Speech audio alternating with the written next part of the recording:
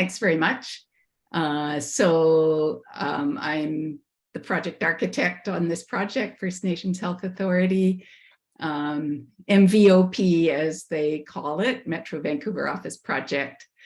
And I just want to acknowledge the team of the project. Sorry, hang on, some of my notes are being blocked here by my Zoom window, which doesn't work very well for me. Okay, that's better. The team consists of dialogue members for the architectural, structural, mechanical, interiors, and landscape disciplines. Electrical consultant is AES, and civil is Applin Martin. We also worked with Roberto Pacheco, architect, as an Indigenous design consultant. He has had quite a bit of experience working on BC First Nations projects around the province. So he was involved early on in the project, helping guide us in terms of Indigenous design. So we appreciate that help from him. The project is a new office building for the FNHA. It will be a 5-story administration office with over 9,000 square meters of occupied space, built over 2.5 levels of underground parking. And the new building, it was originally designed to accommodate about 350 staff. It looks like now it will be accommodating more like about 425 staff.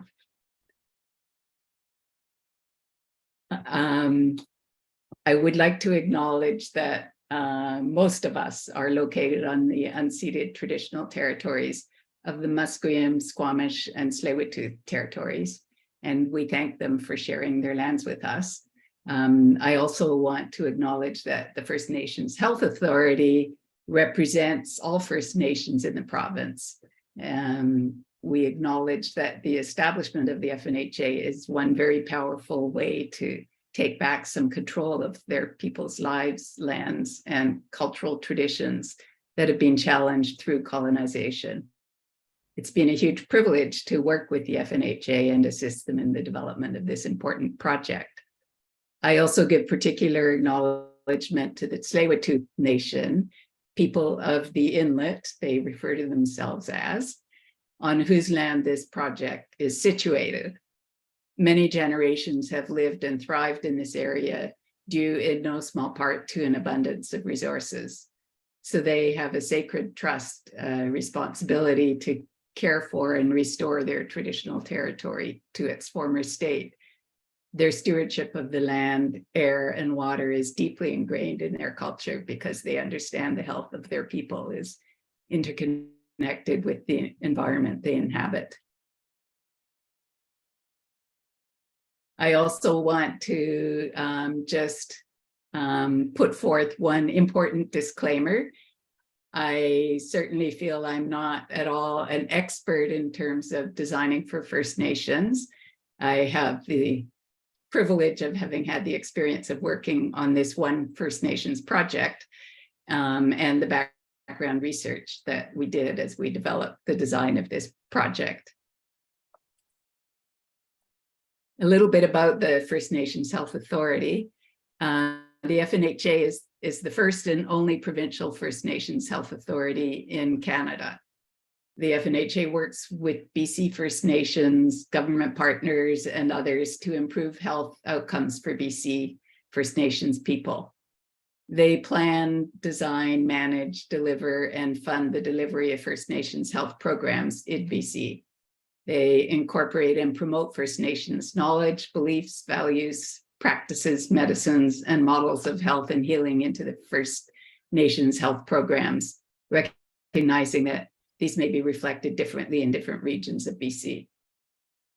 They enhance collaboration among First Nations health providers and other health providers to address economies of scale, service delivery issues, to improve efficiencies and access to healthcare. They also carry out research and policy development in the area of First Nations health and wellness.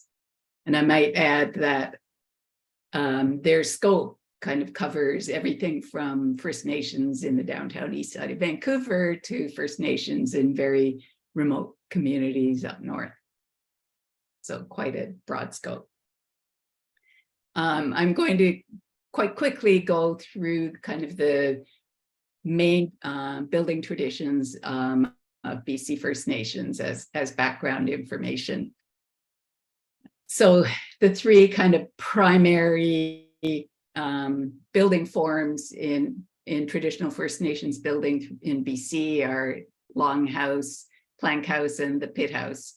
The terms longhouse and plankhouse are actually used somewhat interchangeably, but for the sake of clarity, I'll use them to describe some differences in building traditions in different regions. The different building traditions in the different regions of BC develop in response to their locations as a result of factors such as climate, food sources, building materials available.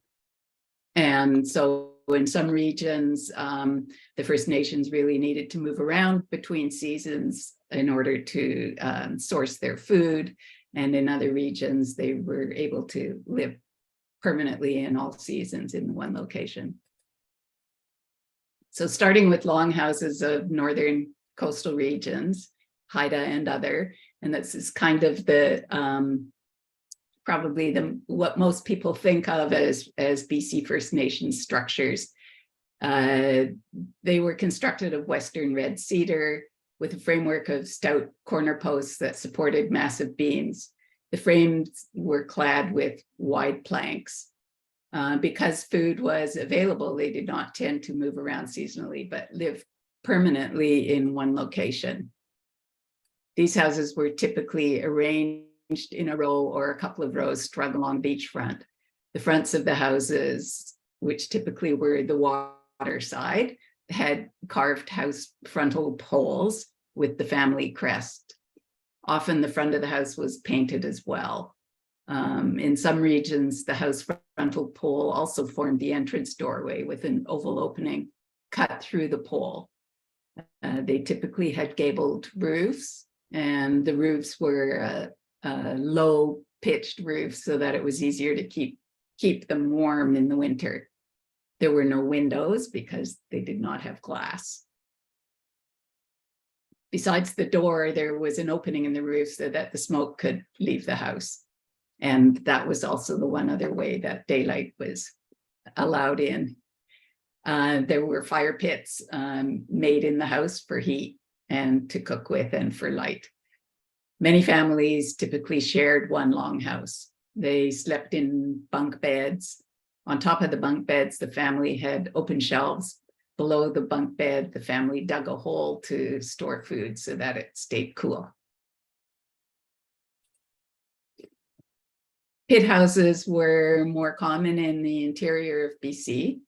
People of the interior tended to be semi-nomadic, hunting and gathering in warmer seasons and living in pit houses through the cold winters. They were typically dug into the earth, sort of half buried, and had planted roofs. They provided good winter shelter, relatively easy to keep warm. Typically, they were circular in structure, but that varied regionally. In the interior of BC, the pit house structure was commonly of lodgepole pine, as that was what was readily available. Roofing material was latched on from the outer circumference to the central smoke hole at the top of the structure. The roof supported a snug layer of poles that was thickly padded with pine needles or grass. In the upper plateau, where rainfall is heavy, cedar bark with the curved side up was laid at this stage. Finally, the excavated earth was spread over the roof and stamped down, and a ladder was lowered through the smoke hole. The following spring, grass sprouted on the roof, and for the protruding ladder, the dwelling seemed to be a living part of the landscape. The pit house ladder was once the object of artistic attention. Its top might be carved into the head of a bird or animal and painted to represent the guardian spirit of the head of the household. A central hearth was located near the foot of the ladder, usually on its north side, and a stone slab protected the ladder from burning. When covered with a layer of snow, the insulating efficiency of the pit house meant that only a small fire was required to warm the interior. Sleeping platforms lined the walls, storage pits were dug into floors, and one or more hearths were found near the center. Pit homes could be single-family dwellings measuring a few meters across, or be large enough to house large extended families. Some very large pit homes measuring around 20 meters or more across are known to have been used as gathering places like community centers or feast halls. And finally, a quick discussion about plankhouses of the Coast Salish. The typical Coast Salish traditional plankhouse was a single shed roof structure with cedar planks. Oops, sorry. Typically, they were long rectangular floor plans and were built with support poles for wall planks and heavier posts for roof beams, clad in horizontal cedar planks. These plank houses served as permanent structures during the winter months. In early spring, these same structures were partially dismantled, the planks removed and transported over water by canoe for use as components for their temporary summer structures, leaving the post and beam superstructure in place. The Coast Salish plank houses were usually unadorned on the exterior, but tended to have more embellishment in the interior, mainly limited to carving and or painting of the posts. They also were a very easy structure to add additional bays to when there was a need for expansion, or take bays away when there was less building needed. They were generally built close together and in one long row facing the water. Each house could have between 100 and 200 residents. These structures tended to accommodate many related families living together under one roof. Each family had its own hearth and occupied their own section of the house, sometimes separated with mats or piles of storage boxes and baskets for privacy. There was no chimney. The planks directly above the hearth could be shifted to the side with a long pole in order to let smoke from the fire escape, and again for letting daylight in. For insulation, some sections of the wall planks were covered with mats. One common feature was a wide platform that extended along the interior walls. The platform was used for sleeping at night and for tasks during the day. The structure of the interior was fully exposed, and the rafters and poles were used to hang storage shelves.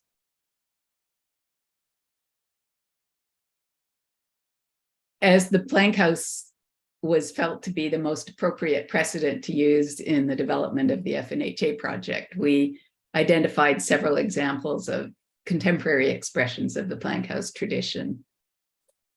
So here are a few of them. Completed in 1993, the UBC First Nations House of Learning is a beautiful example of contemporary expressions of elements drawn from all three building traditions mentioned.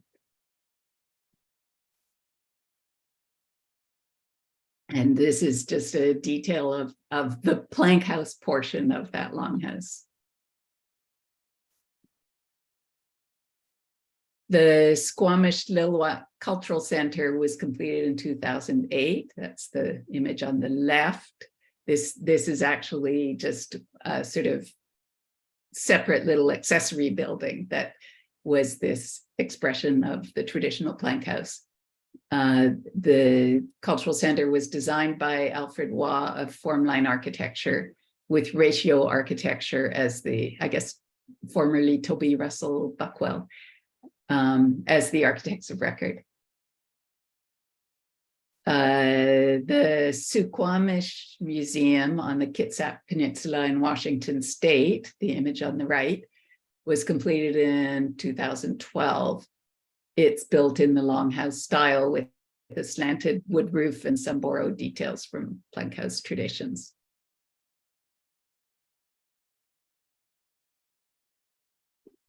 And lastly, this intellectual house at University of Washington in Seattle is a longhouse style facility based in the building traditions of the Indigenous peoples of the Pacific Northwest. And I thought this was an interesting comparison of the rendering of how it was initially conceived and then how it actually looks in reality on the left.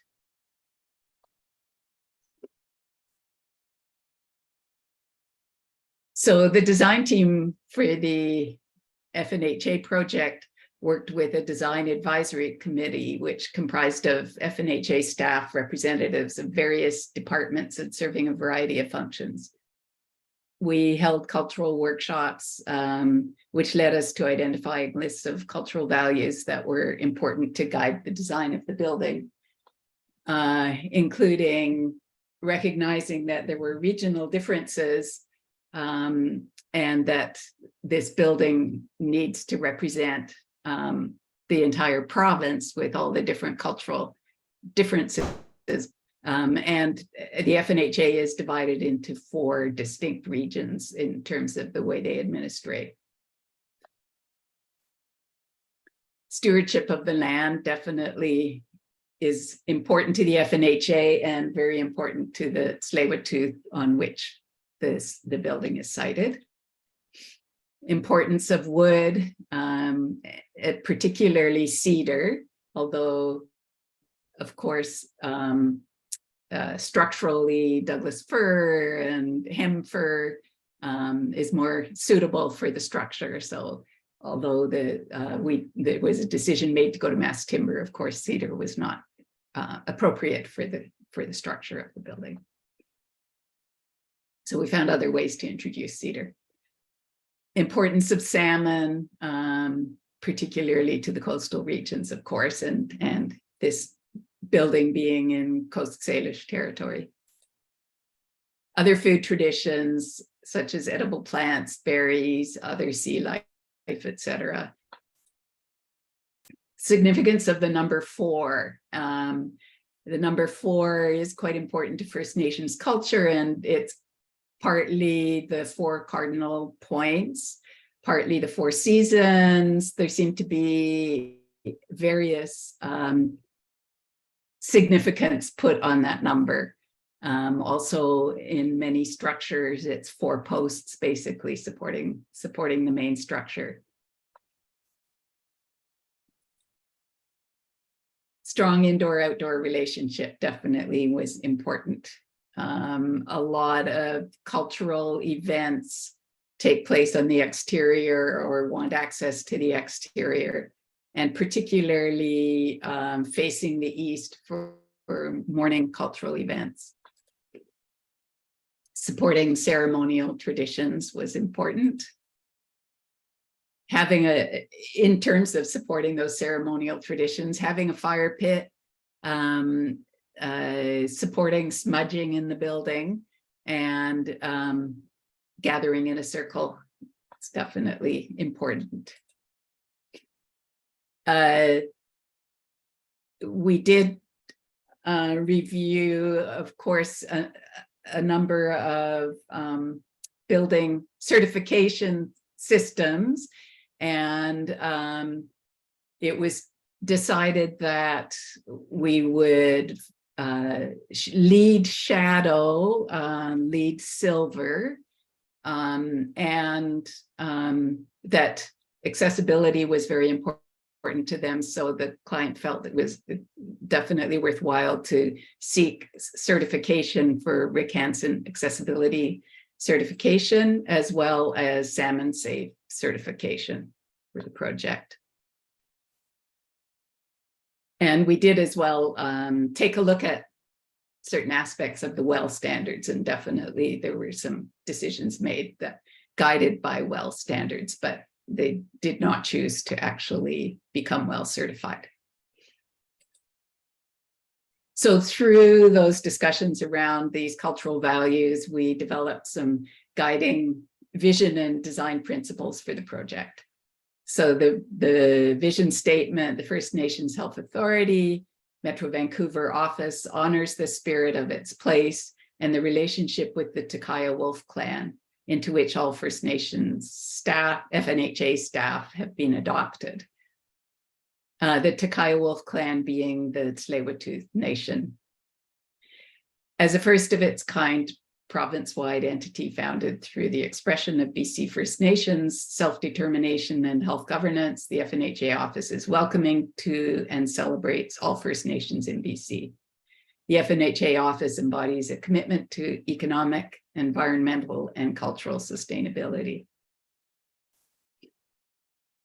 And then we developed these design principles, and I'm not going to discuss them in detail, but it was basically synthesizing the cultural values that I went through previously. So we put them into these 6 categories: a place of healing and wellness, welcoming to all nations, honoring of place and context, being in Salish, Coast Salish territory on Tsleil-Waututh land, cultivating a sense of family, environmental stewardship, and resilience. So these were definitely guiding principles that help to develop the design, and when having to make decisions, compromises, etc., these principles then become important to determine what the priorities are. So speaking of priorities, like any building project, there were competing priorities that had to be balanced. So one important thing was that the FNHA, as I mentioned, supports communities all over the province. And although this building is very important to them, the MVOP as they refer to it, they had to balance that against supporting all the communities that they support.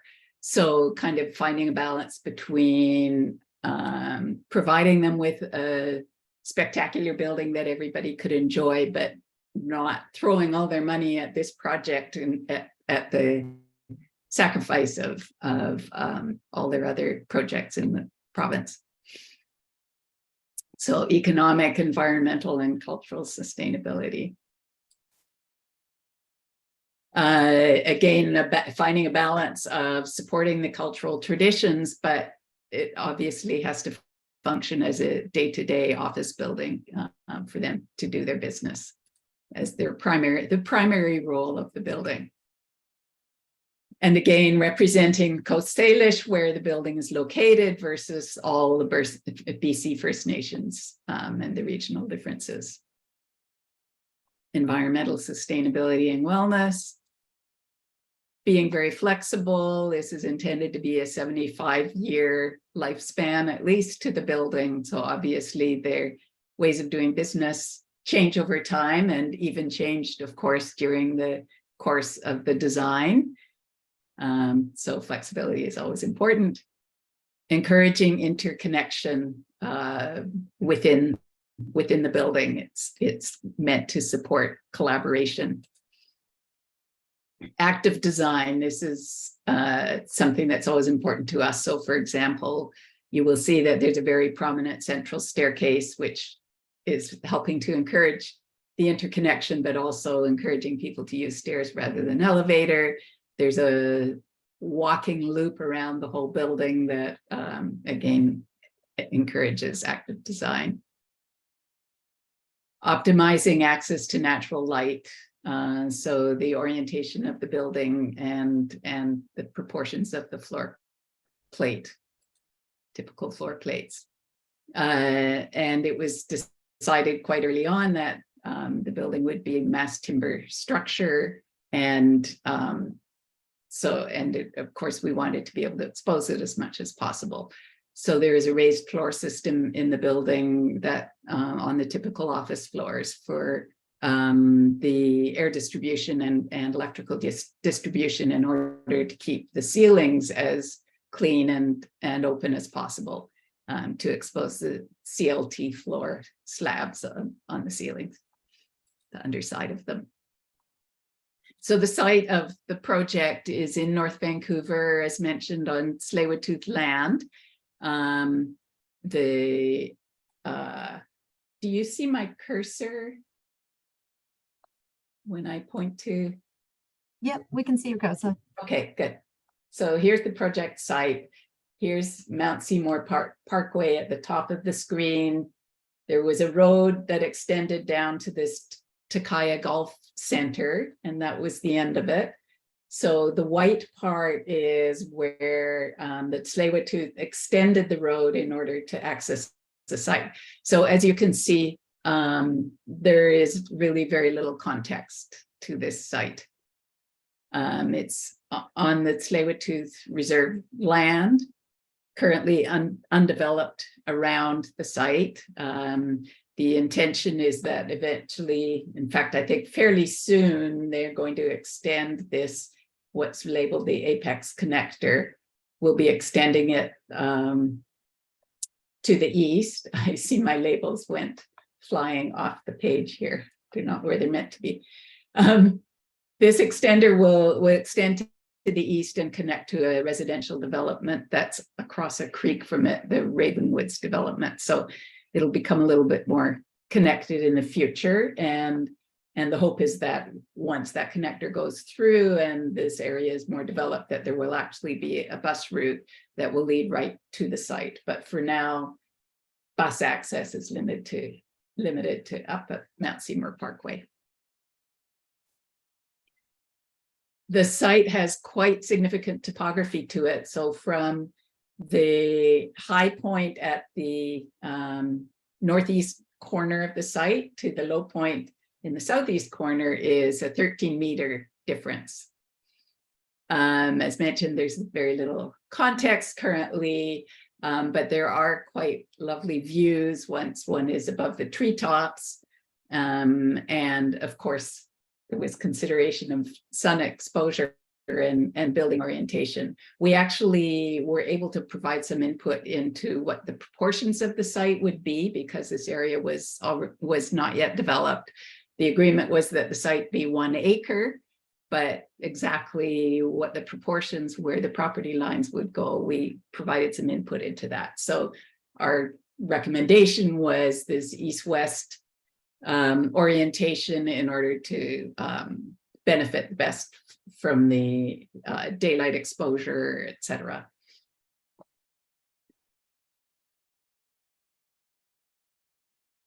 So getting into the design concepts, and we sort of referred to the design as we were developing it as a landscape for wellness.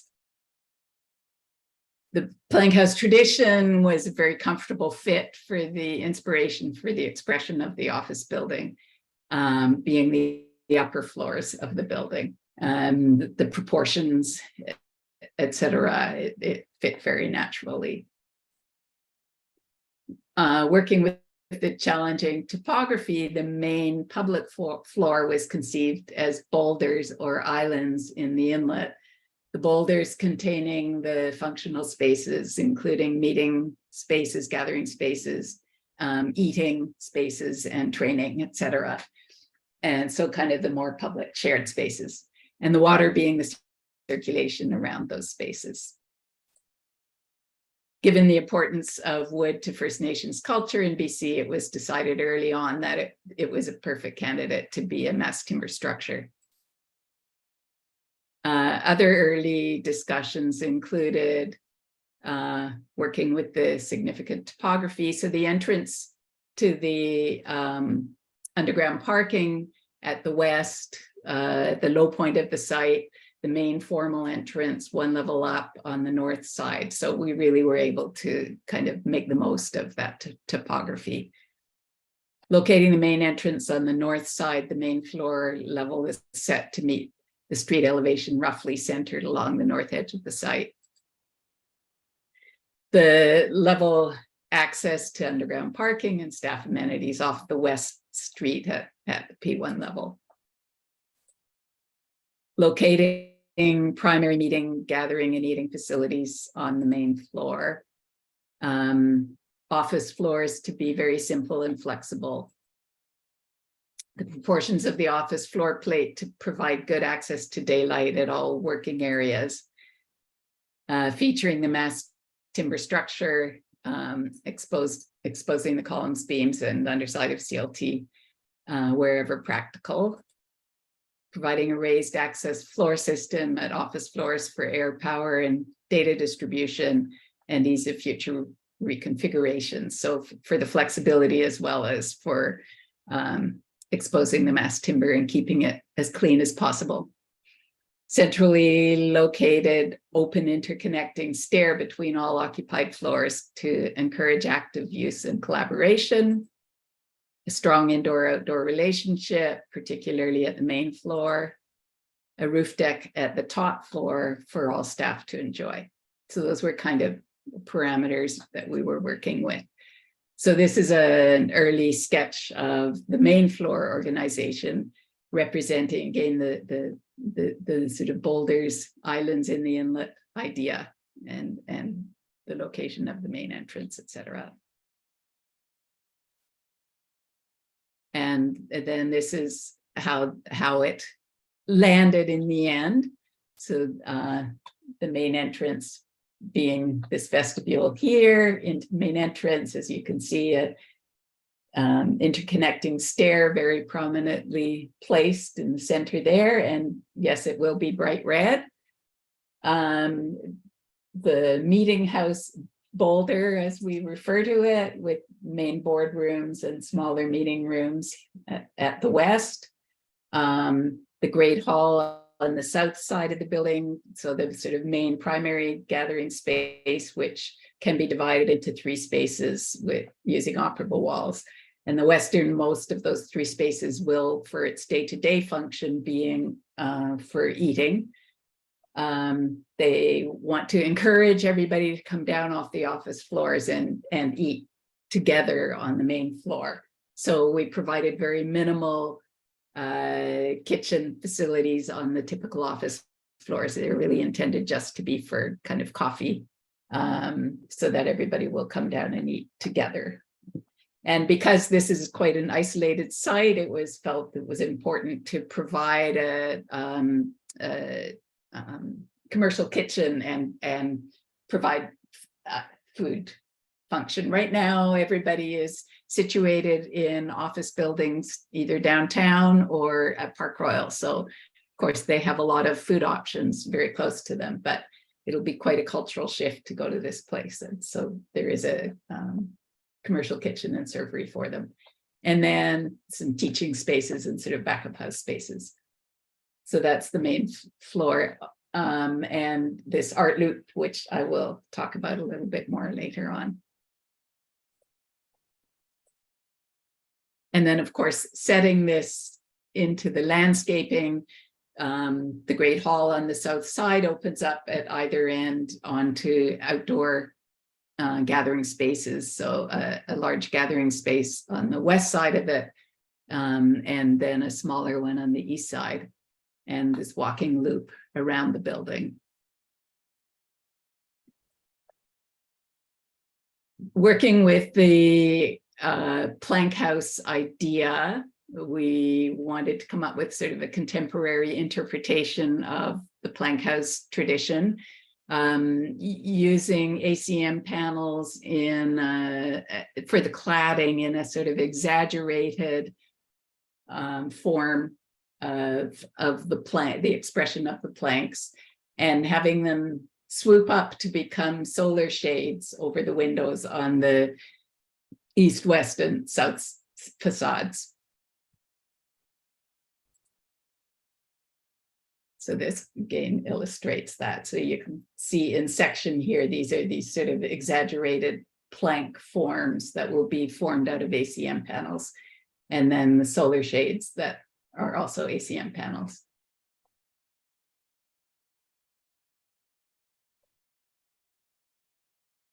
We also worked with, inspired by form line shapes that are common to First Nations artwork on the Pacific Northwest. So that was the inspiration for the way we did the transition of the plank expression into the solar shades to kind of create a similar feel to the plank, to the form line shapes of the artwork.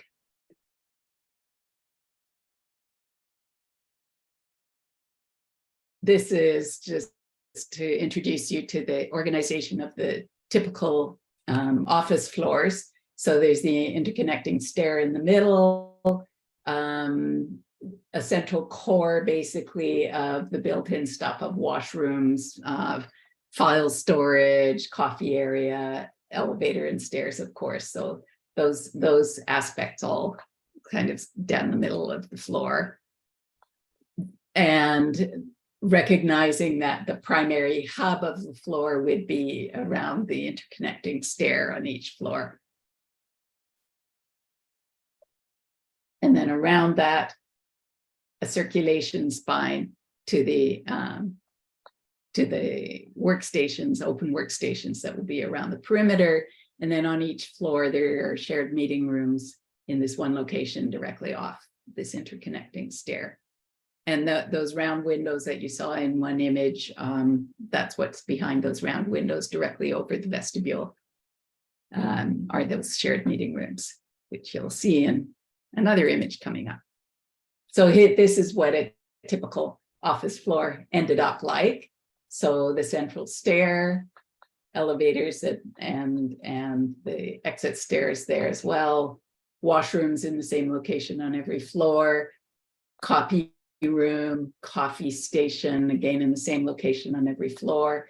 These meeting rooms, shared meeting rooms, same location on every floor and directly off this sort of central hub. And then there are these clusters of smaller breakout meeting rooms, focus rooms to help break up the open workstations areas. So that's how each office floor is generally organized. And of course, the importance of this central stair running through it, and it will be daylit from above with a skylight over it. So this is a cross section through the short dimension of the building, seeing the interconnecting stair with the skylight, the open workstations, and on the main floor, this is the Great Hall on the south side, main entrance vestibule on the north side, and then there are 2.5 levels of underground parking and outdoor gathering space on the south side. This is a longitudinal section.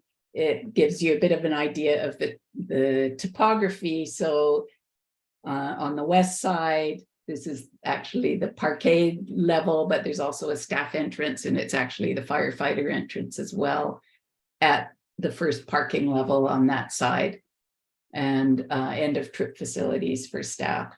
So the main floor is elevated, but is at street level off the north side. And the main floor is actually buried into the hill on the east side with landscaping over top of it because of the extremes of the topography.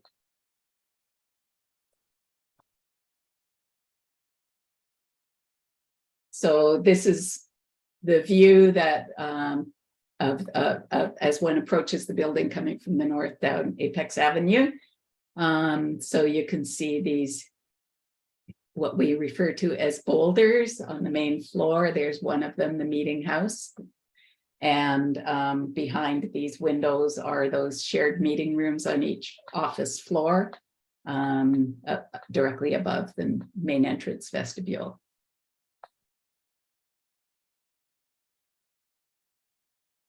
This is the south side of the building. So that's the Great Hall, another boulder, and the main central exterior gathering space, some of which will be undercover, which is important to them to be able to also do things outside during not such nice weather that we sometimes have.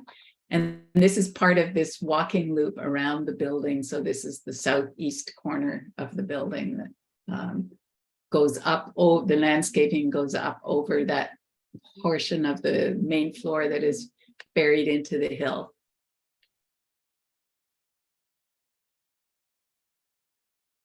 Structural basic. So as I mentioned, there are 2.5 stories of parking level. So it's concrete structure to the main floor slab, basically, and concrete cores for seismic. So the elevator and exit stair cores are concrete.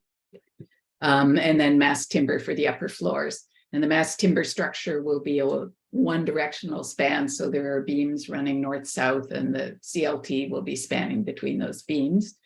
There was a bit of play during the design. Initially, we had wider spanning CLT. So it was going to be a 7-ply CLT, less columns, but it was found that actually it was more economical to have smaller structural bays. So the CLT is only spanning 5 meters now. It allowed us to go to a 5-ply CLT thickness. So this was one sort of thing that we played with to find the most economical structural bay to use. We wanted to keep the mass timber structure as simple and generic as possible. One thing was that contractors all try and encourage, builders, project managers all try and encourage that if you're doing a mass timber structure, that it's really good to get the mass timber supplier on board as early as possible, which leads to construction management process. But the client was they were not comfortable with going with construction management. They felt they needed to tender the full project. So we tried to keep the mass timber system as generic as we could, so that any of the mass timber suppliers could easily bid on the project. And then there's a concrete topping on over top of the CLT panels, which is not for structural reasons so much as for dampening of the vibration for acoustics. So it's not contributing to the diaphragm of the structure. Quickly go over the interior design concepts. They were in the spirit of health through wellness. The interior design concept was developed in conjunction with the architecture and landscape teams, and inspired by the FNHA First Nations traditional foods fact sheet. Information gathered about seafood, regional berries, edible roots, and game animals help to inform the floors of the building, which represent the 5 FNHA regions of BC. The food metaphor layers in elements of texture, color, and abstraction with the hope of reflecting new approaches and layers of meaning into the walls of the building's fabric. So one of the influences was salmon, and that kind of led to the red stair. Clam beds were another influence, and so some of the ceilings and some of the spaces will have these round both lights and acoustic clouds suspended from them in the servery in particular. Ulicons and their iridescent scales influenced some of the finished selections, I think particularly in the washrooms. Berries influenced some of the color choices. And then, as mentioned, the 5 regions. So the FNHA has actually colors within their branding system. They have colors assigned for each region. So each floor of the building will represent one of the regions of the province, and that color will be represented on that floor. This is an image of the entrance lobby, viewed from the main vestibule entrance with the central red stair facing you as you enter, elevators off on the right, and reception desk there. So this is one of those what we refer to as boulders entering into the meeting house there. And in the background, you can see the boulder of the Great Hall. And right through, you can see out to, on the south side, the main exterior gathering space. And then this is images of the Great Hall itself. There are conveniently 5 main columns and beams supporting the structure of the Great Hall. And so each of these columns is being assigned to one of the regions, and each region has their opportunity to provide embellishment to these columns that are on the front wall of the Great Hall. As mentioned, there is a roof deck up on the 5th floor that will be accessible to everybody so that everybody can enjoy the view. A good chunk of that roof deck also will be actually covered so that it will be easy to have outdoor meetings even in inclement weather up there. And then this is an image of the typical office floors with featuring the mass timber structure. Quickly talking about the landscape design concepts. The landscape design celebrates the Tsleil-Waututh people's deep connection to nature, from the waters of the Burrard Inlet and the Indian Arm to the rainforests of the North Shore Mountains, and inspired the use of rocks, water, and native plants that accentuate spirit of place. The landscape design's organizational geometry respects and enhances the building's major architectural expression, and is designed to inspire and be inviting to staff and visitors through all seasons.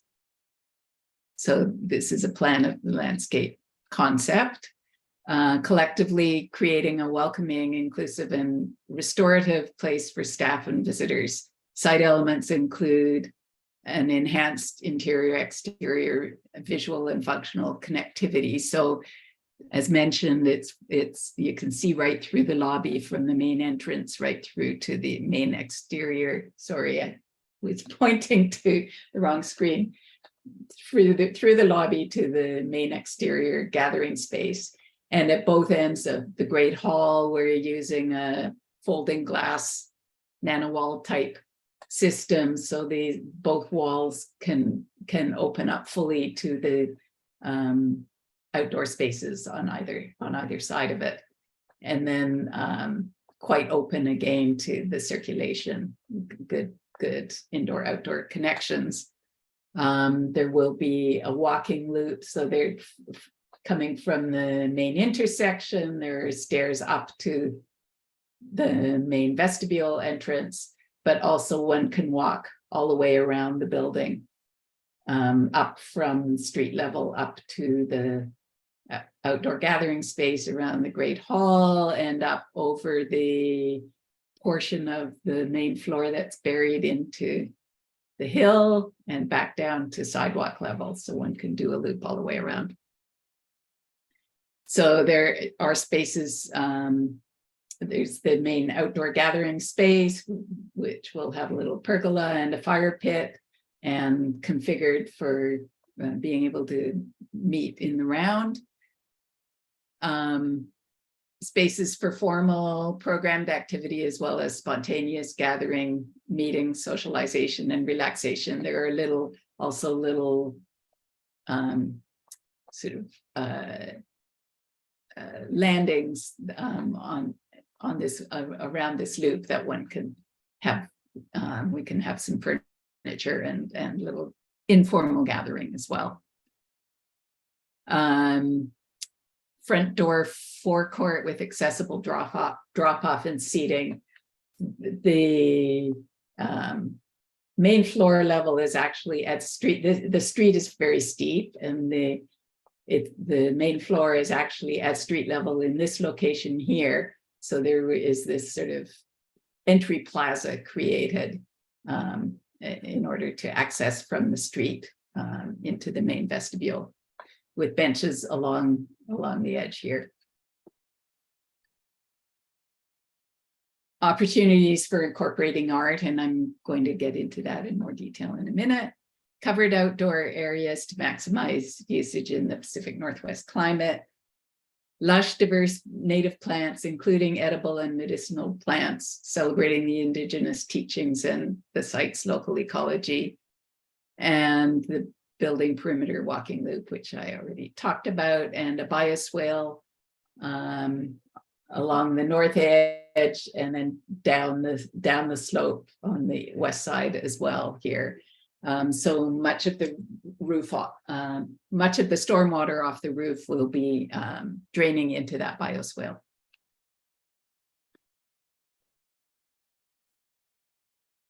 And just quickly talking about art integration, which was much thought was put into the opportunities to integrate art into the architecture of the project. Several types of art display were discussed, including art integrated into the architecture, i.e. what could we actually build in, as well as displaying the FNHA has an art collection, and they're continually building on that collection with donations and acquisitions. So displaying of their art collection, as well as opportunities for temporary displays, particularly to be able to give exposure to young up and coming artists and First Nations artists from all over the province. So consideration of sort of all those types of art opportunities. So a number of opportunities to build art pieces into the architecture were identified, both interior and exterior. In the end, it was necessary to limit these to art that could be kind of applied to the structure rather than integral to it, in order to not hold up the construction process. So a few examples are, there will be a welcome post located in the landscaping on the main intersection. There will be carved cedar doors, hopefully eventually, into the main meeting spaces, boardrooms, and the Great Hall, in order to not have that interfere with the ability to open the building. They're getting just plain flat cedar doors to start with, but the hope is that eventually there will be carved cedar doors added. The five, as I mentioned, the 5 columns in the Great Hall will get embellished by each region. There will be a main digital display on the wall in the main lobby.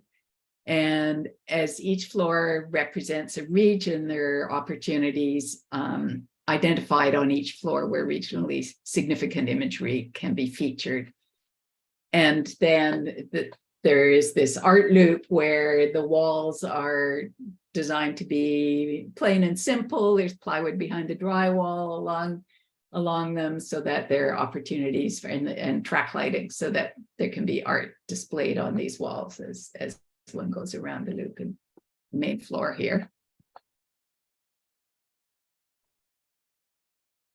The main entrance vestibule was originally going to be glulam, columns, and beam, the structure supporting that little separate roof, but instead it got changed to be steel structure, to be as small as possible, so that then carvings can be wrapped around that steel structure. So this was again a way of working around having art built in, but not having it hold up the construction process. And as you can see in this image, you'll be able to see through the glass of at the main entrance to art displayed on that wall in the art loop. And this is a good segue to introduce Entro, who will do a brief discussion about the wayfinding design package. So I'm going to now introduce Michelle Parrish, who is the creative director of Entro, and she's going to talk about the wayfinding. So over to you, Michelle. Excellent. Thank you so much, Kate. And thank you all for being here. It's a really special project, and I'm very honored to be part of it. So I'm happy to walk you through a little bit of the signage and wayfinding program. This won't be too long. I know we're just a little bit over time, but hopefully you can hang on for a little bit. And we'll do some Q&A afterwards if anybody has questions. So Entro, just a quick little bit about Entro. We are an experiential design firm, and as Kate mentioned, we are the signage and wayfinding consultants on the FNHA project. We do work in a lot of disciplines in many sectors. Ultimately, though, our goal is really to connect people to place and to really give meaning and identity to projects. We do a lot of research early on, and as Kate has demonstrated, there's been a wealth of research and heart put into this project from all of the team members. So it's been wonderful to sort of parachute in and draw upon that. The placemaking, what is placemaking?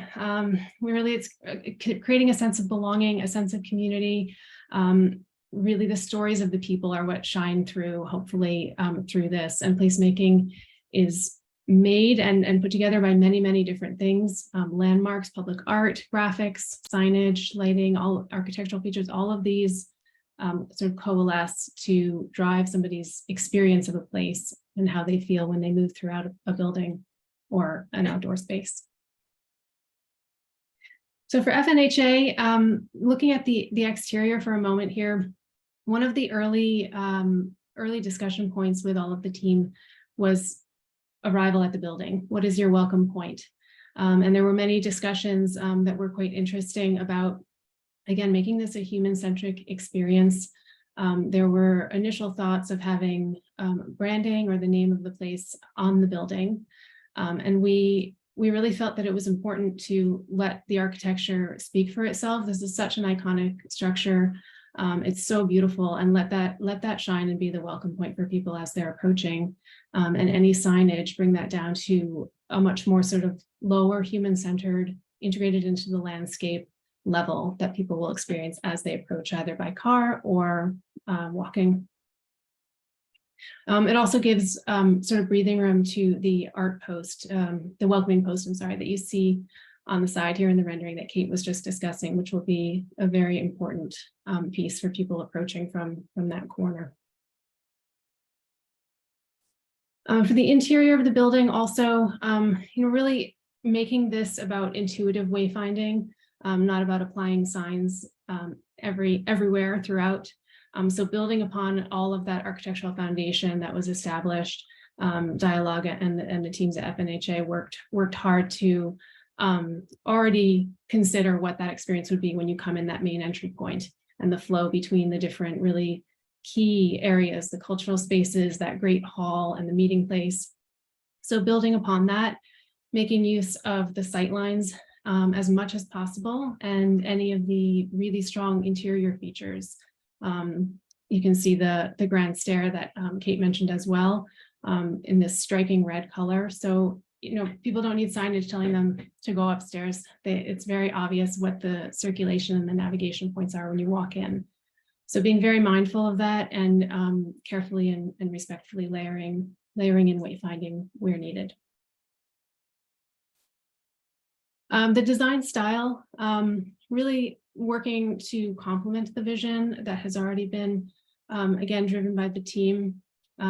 This stage in the process for us early on in the design was really about listening to what the client wanted, what the experience was that they were looking for, and everything else that was happening outside of signage. And what we were hearing was really simplicity.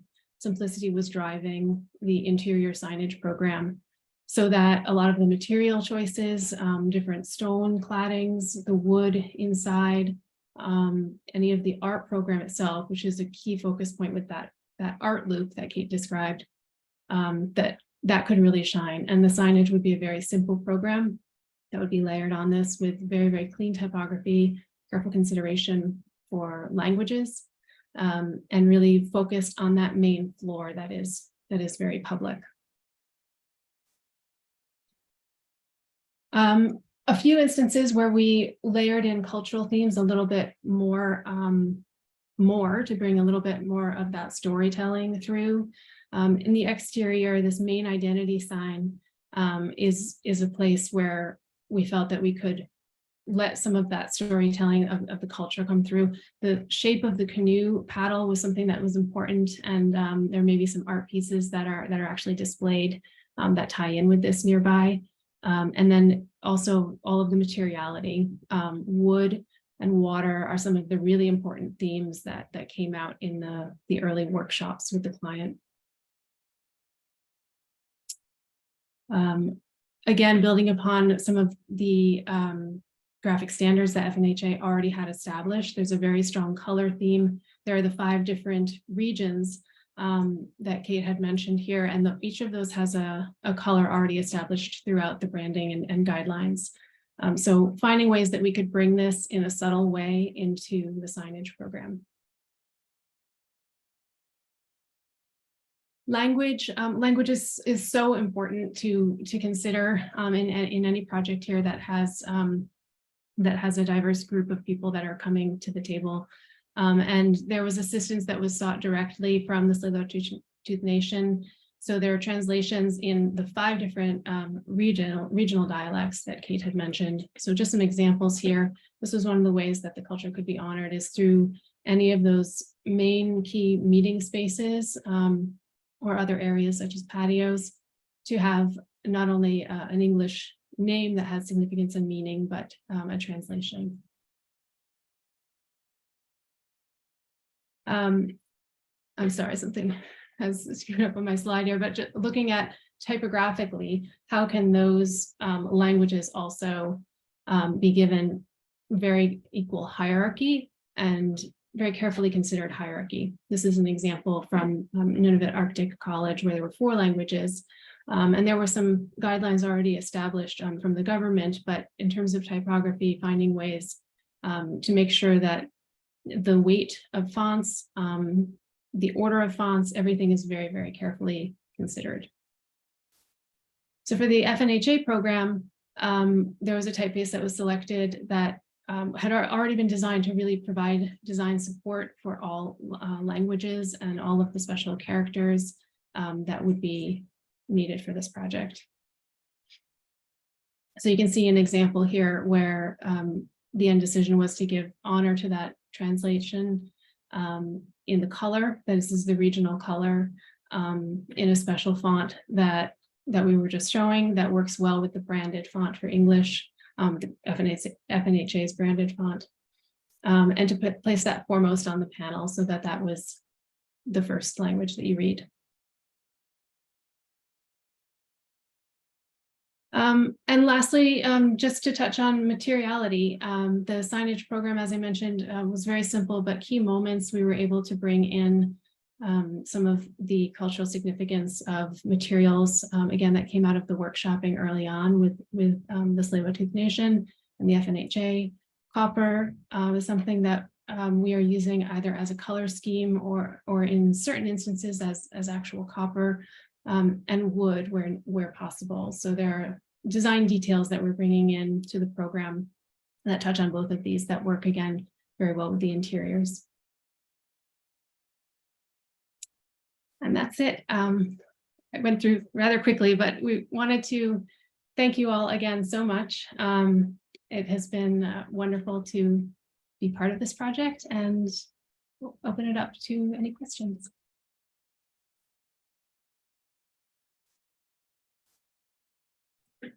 Sorry, muted. Thanks, Michelle, and thanks, Kate. That was fantastic. It's really great to learn more about such a pivotal project in our community.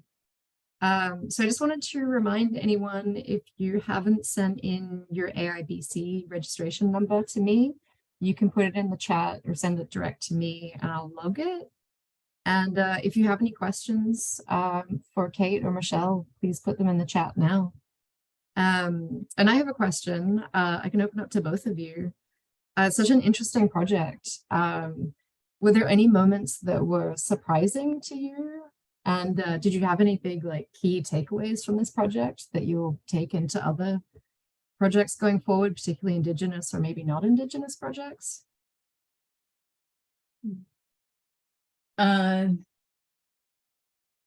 Definitely, I guess a couple of things I might comment on in that regard.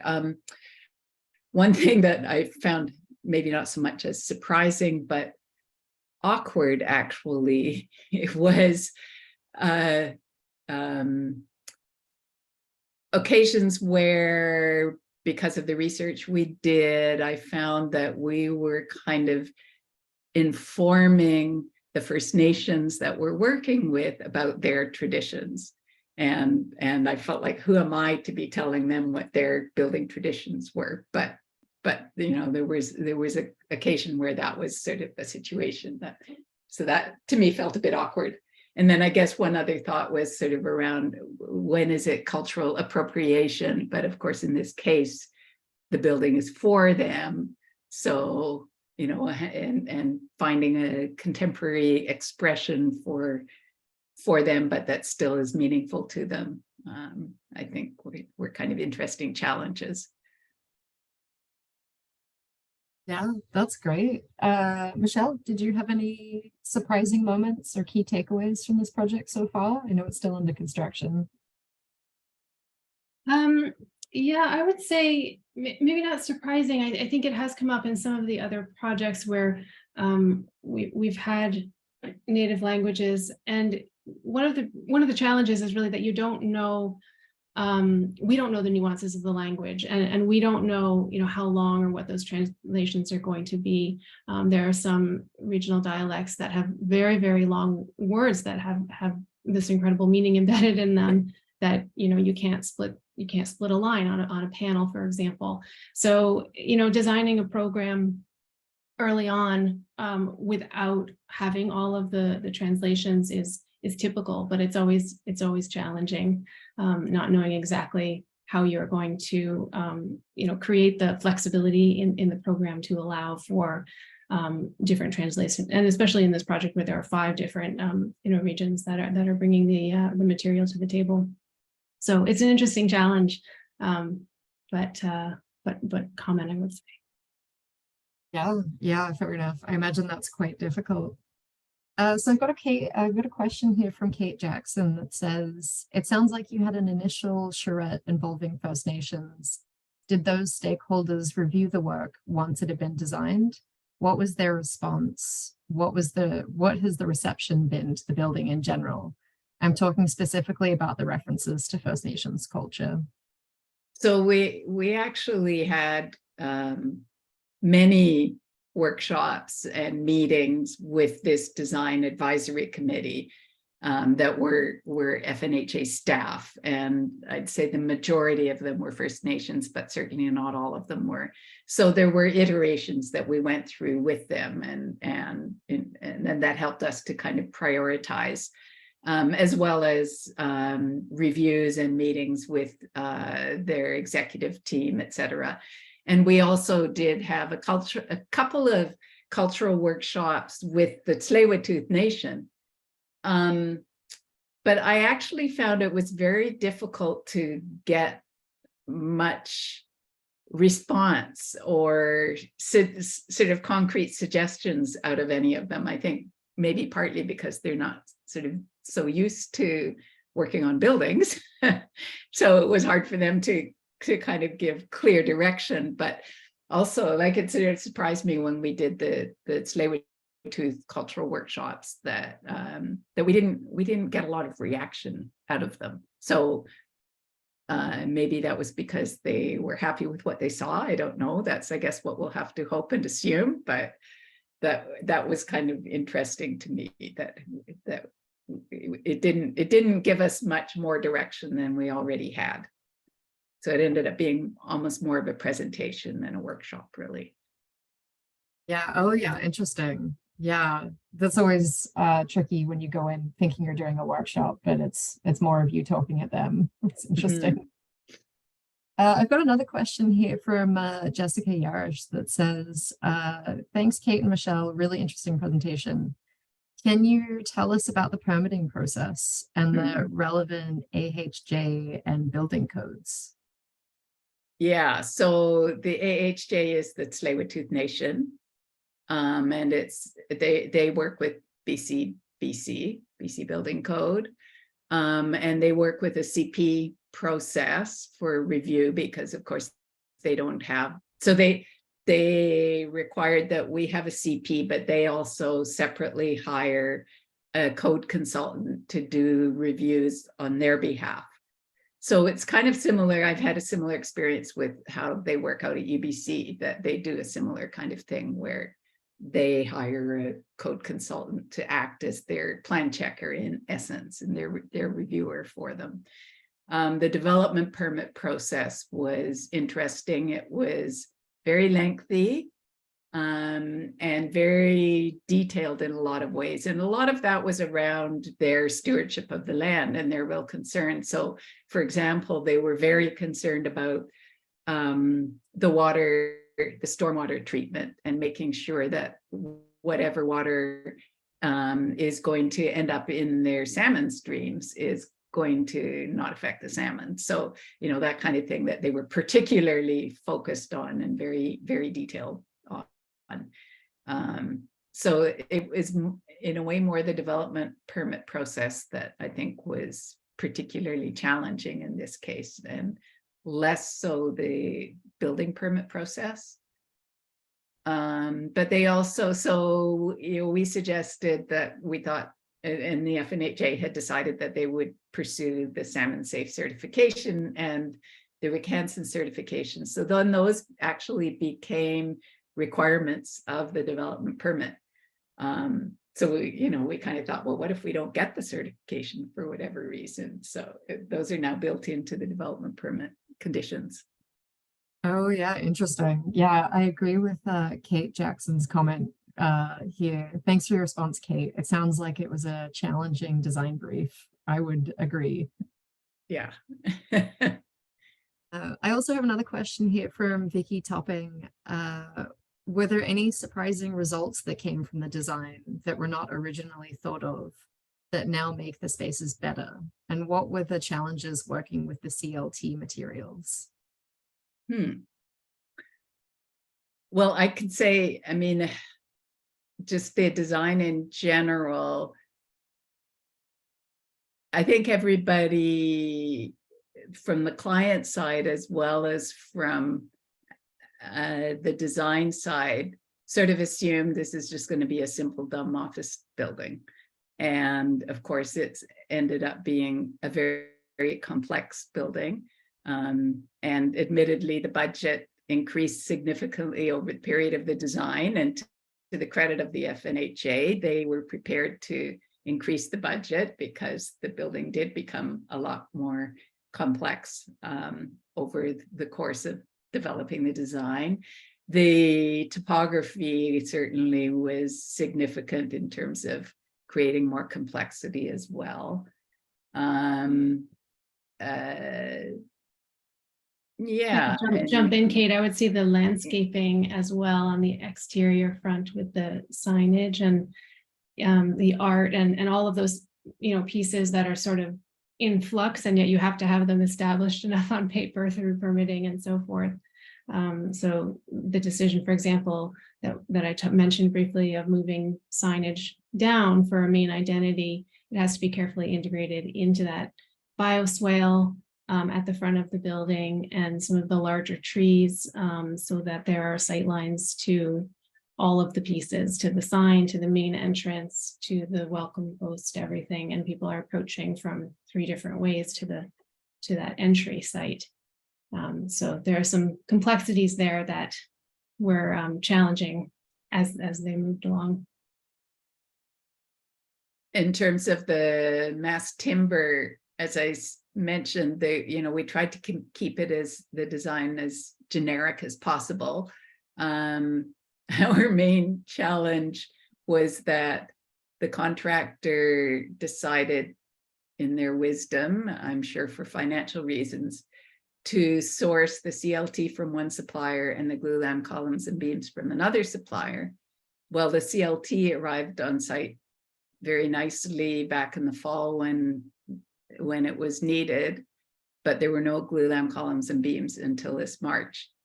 So they couldn't progress with actually installing the mass timber structure. The concrete was all completed and they couldn't start installing the mass timber because there were no columns and beams for about 6 months. So that was, I'd say, our biggest challenge in terms of the mass timber design. We did have an interesting meeting with our structural team and the CLT, the mass timber installers, where they kind of gave some feedback about what were some of the challenges with the way we had designed it. So that was good feedback for future projects. But yeah, interesting. That sounds like a complex but really interesting project to work on. I'm just conscious of the time, so I think we'll start to wrap this up. Thank you so much, Michelle and Kate. This has been really enlightening, really interesting to hear more about. So just wanted to mention, if anyone has registered for the site tour, it's next Thursday, 12 o'clock until 1 o'clock. If you're driving, please park on Apex Avenue as you come down from Mount Seymour Parkway, and you can continue walking down from there on foot. Allow an extra 10 minutes or so to arrive, park, put your PPE on, and walk down to the site. So CSA approved safety boots, hard hat, safety glasses, and high visibility vest are required. Anyone not in possession of those won't be permitted to walk the site. And if you can no longer attend, if you could send us an email to events@wiavancouver.org, let us know so that we can reallocate your ticket to somebody else who can make it. That would be great. And just wanted to say thanks everybody for coming. This was great. Thank you so much again to Kate and Michelle for sharing their knowledge and their experiences with us. thank you. Thank you all. Thanks. Bye, everyone.